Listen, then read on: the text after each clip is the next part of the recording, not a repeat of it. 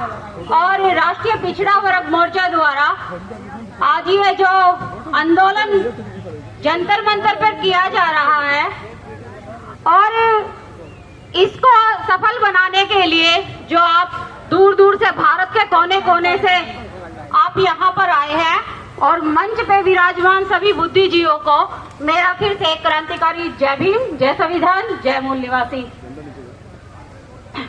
विषय है जाति जनगणना। जब भी जाति जनगणना की बात आती है, माननीय प्रधानमंत्री जी के गले में एक कील अड़ जाती है और उनके मुंह से उठ तक नहीं निकलती है।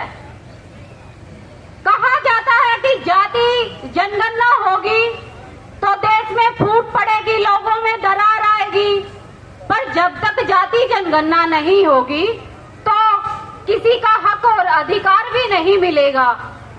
इसी तरह से मुट्ठी भर लोग हम मूल निवासियों पर राज करते रहेंगे, हम पर अत्याचार षड्यंत्र करते रहेंगे। कुछ महीनों पहले हरियाणा में एक षड्यंत्र चलाया गया आरक्षण का, वर्गीकरण का, जिसके तहत हरियाणा के मूल निवासियों में SC/STO में एक फूट गिराई गई और वो कामयाब भी हुए।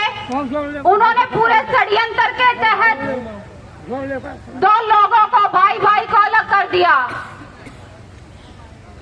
हमारे लोग इतने नादान हैं कि मुनवादियों का षड्यंत्र नहीं समझते हैं और जब जब माननीय वामन मेश्राम साहब बोलते हैं तब उन्हें एक नई रणनीति बनानी पड़ती है।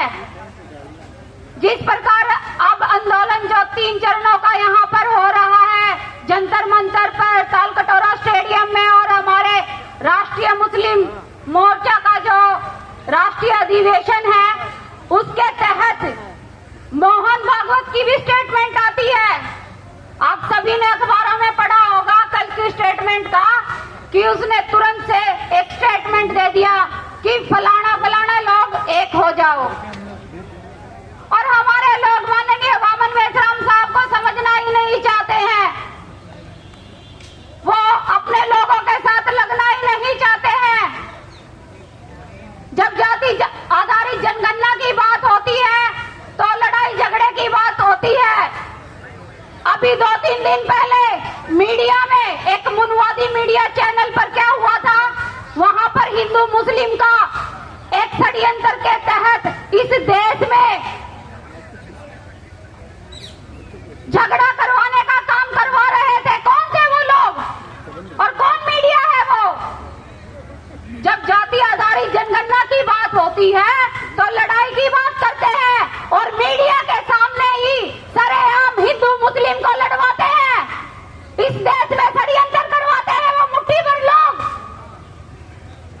इन ब्राह्मण मुनवादी लोगों को जब तक समस्त बहुजन मूल निवासी एक नहीं होगा, इनको तब तक पता नहीं चलेगा। हम ऐसे ही बिखरे रहेंगे, ये ऐसे ही हम पर हमारी छाती पर नाचते रहेंगे। और मैं आप सभी से कल के लिए भी अपील करती हूँ कि ज्यादा से ज्यादा कल तालकटोरा स्टेडियम में पहुंचे। जो हमारा बहुजन मुक्ति पार्टी का राष्ट्रीय अधिवेशन है उसे सफल बनाए।